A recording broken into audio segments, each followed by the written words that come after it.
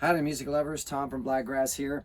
That, of course, as you know, is my new release, You Will Be Amazing. And I just actually wanted to talk a little bit more about that song because I don't know if I've ever said this before, but I'm a huge fan of rhythm, actually. I'm not really technically a guitar player. I really wanted to be a drummer when I first started playing music. And I used to play with drumsticks on my parents' pillows on their couch. And leave these horrible divots in the pillows. And so my parents got me a classical guitar and said, "Here, please learn guitar instead of beating up our couch." They didn't want to buy drums because they knew that would be loud. But then, of course, I ended up getting an electric guitar, so it was still loud anyway, so I guess it didn't matter. But that's a big part of my focus when I'm writing and performing songs is I love rhythm. You know, I've got this fella who I actually had as a student for a long time, and now he's actually on tour with Lauryn Hill and Zion Marley and all these cool things he's doing. He's actually more focused on as a guitar player. Now, mind you, he could play anything. Zach LaPresti is his name. I actually used to teach him in Cherry Hill. I didn't have him for a long time, but the little bit of time we had together was pretty amazing, and I think I learned a lot from him too. But the point being, he was really focused on being a guitar player, instrumentalist, where he doesn't really sing. He's starting to sing more now, which is really cool to see, and it's sounding good too. Way to go, Zach. But he's also an amazing drummer. He's an amazing keyboard player, amazing producer. But his real focus, especially early on, was just mastering guitar, lead guitar in particular.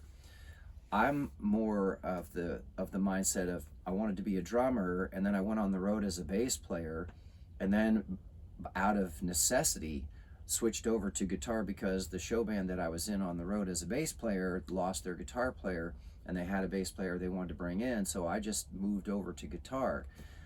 In fact, it was a long time before I started really experimenting with the top three strings because I was more bass oriented, I was more rhythm oriented. I liked the way the lower strings sounded. I had the tendency to lean towards drums and bass.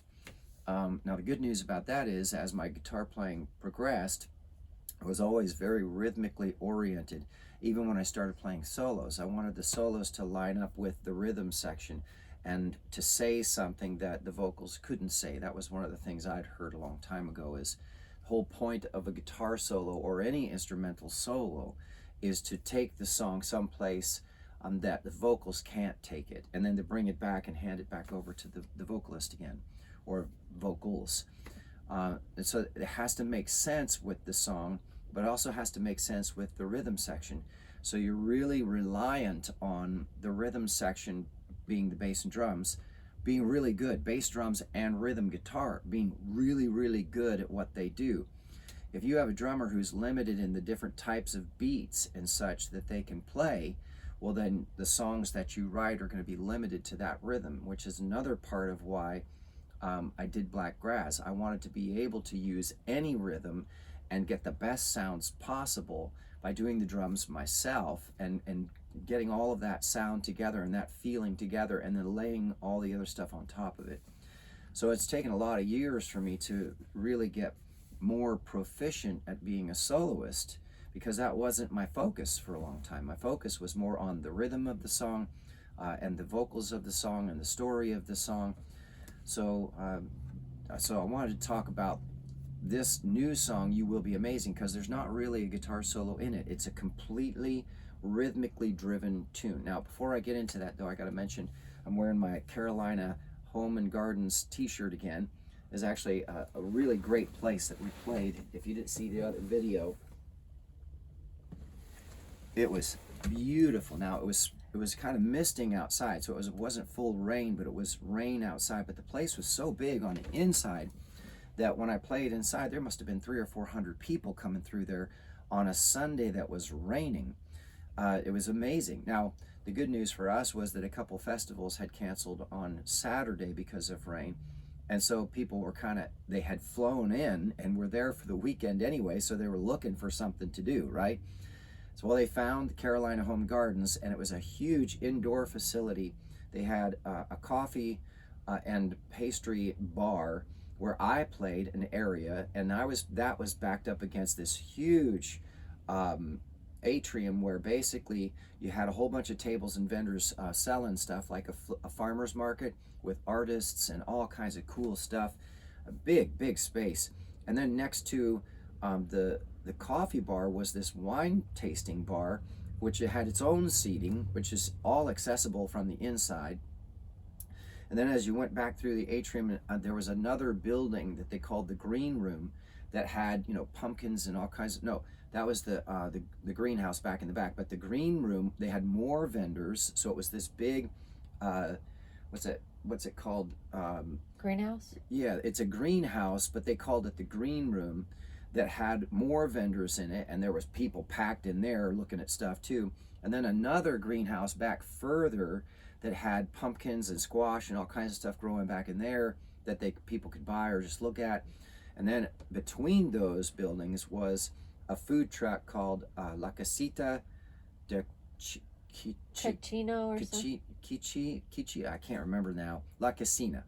But they were amazing. That was where we got our chicken stew. And then in the front was the Garden of Eden, which was Brian's son, Jacob. He had a food truck out front. So there was all this stuff to do, and part of their patio was covered. So even though it was a fine mist, you could sit outside, and I saw people do it because you weren't getting drenched. You were under something, and it wasn't blowing into the side. When it wasn't very, very cold at all either. It was very comfortable. So with that many bodies in the place, I had put on clothes thinking, well, it's raining or it's misting out, it's going to be kind of cool inside. So I'd put on clothes thinking I was going to be cold. There were so many people, I was sweating, which is great as far as I'm concerned. So that was a great show. And actually, that's one of the places this song went over really, really well. A lot of my songs did. It was amazing to see that too. But this one in particular, You Will Be Amazing, is out now. It's on every streaming service, you know, Spotify, Apple, Tidal, Napster, Deezer. I have to get it up on my website, actually, which is funny. Can you use it in TikTok or Instagram on your own reels or whatever? Yeah, you can tag it in videos that you do in all those different social media platforms. We'll have a music lyric video coming soon. Yeah, we'll have a music lyric videos coming soon, yeah. But I thought it'd be interesting to show, especially if there are any guitar players that have been watching my videos, what I'm doing on the guitar compared to what I've got to sing. So if you're a guitar player that sings, you know what I'm talking about. It's easy to sing when you're just doing this, right? This doesn't really change. So you can sing stuff, you can talk, and you can go through and explain things, and it's not too difficult because it's just the same thing. You're changing chords occasionally, and the strumming just stays the same. Well, You Will Be Amazing put me to the test, and there's a lot of songs that I write that do that on purpose because I'm always trying to just get better.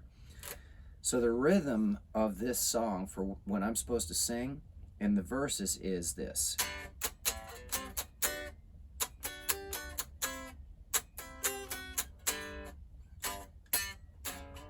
And that's just the first pattern. Then the second pattern is a little bit different at the end. It goes.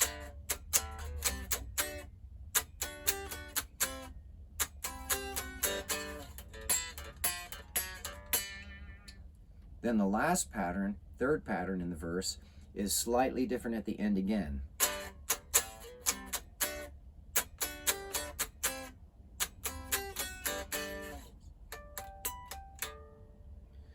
And it does it again.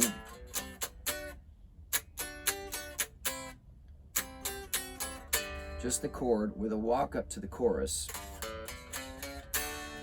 Now imagine you're trying to play this rhythm.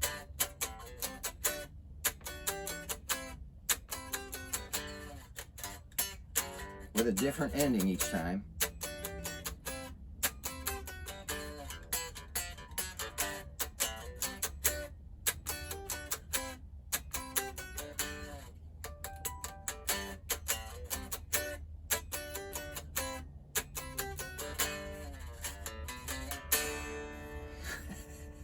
And sing a rhythm that is not exactly what you're playing. I'm not singing these notes. I'm singing, you were born unto desire, forged in the fire of love. Every moment takes you higher. the power that comes from above. You hold the secret of the cipher, buried inside of your heart.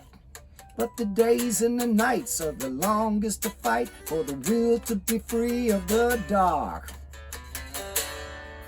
So somewhere along the line, I started working on, as a guitar player vocalist, the ability to make one or the other part that I was playing or singing automatic.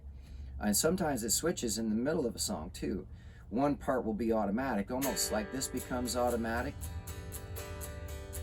So then I can focus on singing, right? Because also when you're singing, you're the focus of attention for the audience. And so you got to look people in the eye. You got to look around and remember names and remember to tell somebody something. Remember you want this person wanted that song, or this person is dancing now, so you want to look at them and acknowledge that they're dancing and smile at them, that type of thing. So you got to get several things have to become automatic, especially when you can't see and there's flashing lights or it's dark. It's like the guy in the talent where he's spinning the plates on each of those little right reeds, and you have to quickly keep them spinning them going each and time. You got one on your nose and you're going like this, and then you're having a conversation, you know. Especially mid solo or mid. Oh no, that's different. That's different. Solos, when people come up, it's almost inevitable. Someone in the audience will come up and try to talk to you when you're in the middle of your most difficult part, right? This big solo or big run that you really got to focus on, and they want to come up and talk to you. Hey, you're really good, you know. Do you know this song, or do you do any of this style of music? And hey, where are you from? You know, and it's like, I'm kind of busy. Can I buy you a drink? Give me 1 second. Let me finish this song, and then I can talk to you for a second. You know, it's always funny. But anyway, so now you can see how there's two different rhythms going on, and I haven't decided yet which one of these is automatic in this song yet, because it's still kind of new. I think this part has become more automatic than the singing, because it repeats itself in each verse, whereas the words in the verses, they actually change for each verse. So basically what I've done is I've finally gotten to the point where most folks, this would be their automatic thing, and now I can do things like this and not have to think too much about it. It just becomes automatic. And the way you do that, honestly, is you just do it over and over and over again. And when your wife tells you she hates that song, you've probably got it learned. Or she starts talking to you while you're practicing it, forcing you to have to try to focus on both. You do that all the time. She talks to me all the time when I'm trying to practice hard parts too. And I used to get upset. And sometimes I'll ask her to stop, only because I really need to fix something. But usually I can talk to her because it's a good practice on being distracted on stage when somebody does something and I'm in the middle of a hard part. So I stop being upset about that, and I just look at it as good practice. Unless I really need to focus, and then I just let her know. So I thought y'all might enjoy this, you know. Now here's the other interesting thing. In the recording on the chorus chords are real simple. They're just A, D, C, and G. And then it does that again, and then ends on an E minor, which of course is the minor third of G major. So it's still in G major. It just adds suspension to the end of that phrase. But the rhythm, there's a couple different rhythms that are happening in the recording itself. One is just straight chords through the chorus, and then the other is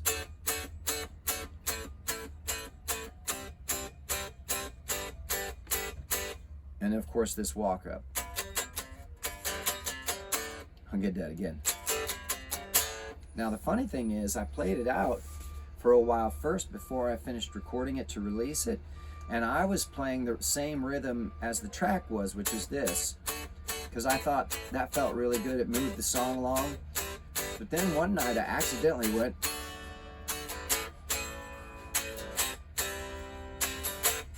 and I was like, wow, that really fills it out really nicely. Now there's a really great example of why I don't just go right to recording a song. I want to play it out live first to see how people respond to it, and to see if there are any parts or words or melody in the verses and choruses and bridges that I might want to change. I don't like this phrase. It's tricky to say that. In fact, in one song that I'm going to be releasing soon, it's called I Just Want to Be.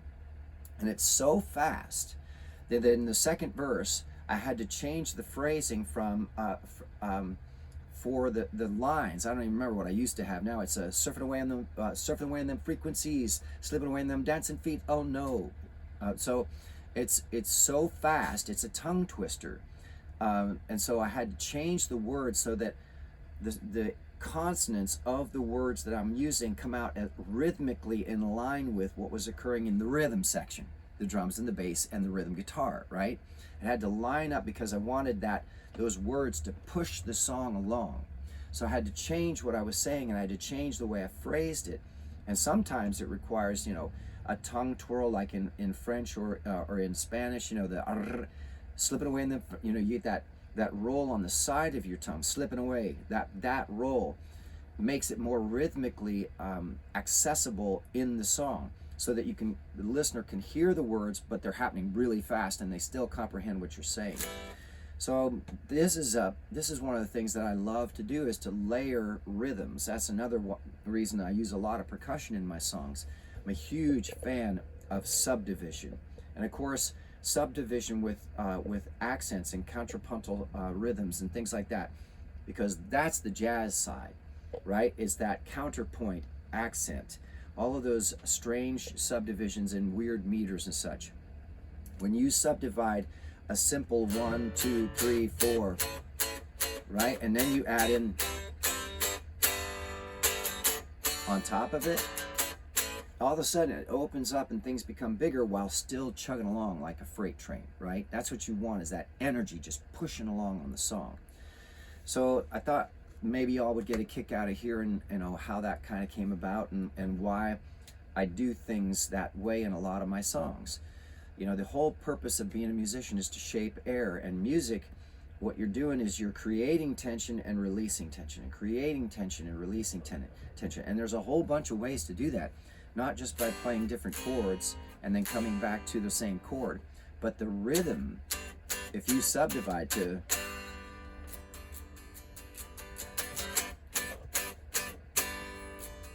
that, creates tension.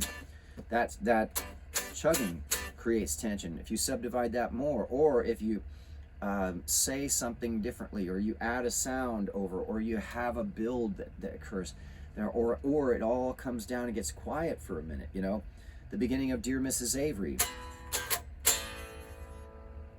Sometimes that's the hardest thing to do on stage, is to just be quiet and let a chord ring out, because you're so nervous sometimes. You're like, there should be noise here, right? Then the next one comes in. But the whole point is, now everybody's like, wait, isn't there supposed to be something next? And then you hit it again. And they're like, oh yeah. And then it goes into the riff.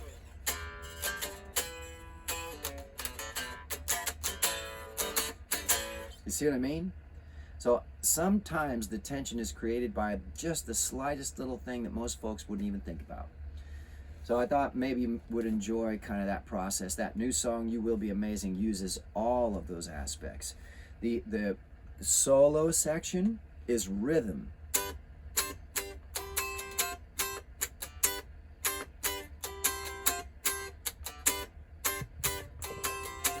Now here's the change, because I'm doing G to C, and all of a sudden I do this G over A. The bass goes to A, which is the 2 or the 9, depending on where you play it. It's 2 because it's a bass note, or basically G over A. Then I climb it chromatically, thanks Zach, over the A to build tension all the way up to the D, and then I raise the 3rd to the 4th, so it's suspended. Feel all that tension, and then when I hit this, we're back home, right? So I'm using every trick. The only thing that's missing in this song is a guitar solo. It's all rhythmically driven. The words are rhythmic, the guitar parts are, the drums, the bass, that solo section. Now I gotta be honest, right? I love guitar solos when they're done well, but really what I like more than that even are parts in guitar in songs where I can jump around on stage and have fun. And it's kind of hard to jump around on stage and have fun when you're focused on ripping out, you know, getting it right, you know, that. I mean, that stuff, that can get tricky to be doing while you're swinging your guitar around or banging your head and having fun on stage, you know. So I wanted this song to be one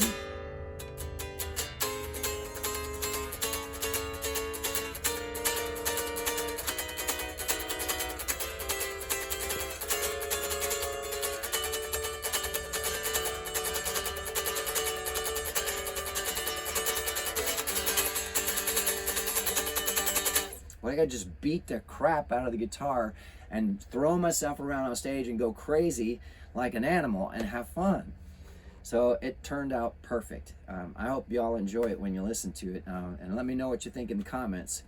So there you go. That's You Will Be Amazing, and a big part of how I write stuff and the kind of what I think about when I'm trying to put songs together. So I hope maybe that'll help you if you're deciding to write some stuff yourself, or even better, if it'll convince you to come out and see a show and watch me throw myself around like a Muppet on stage when I do that song.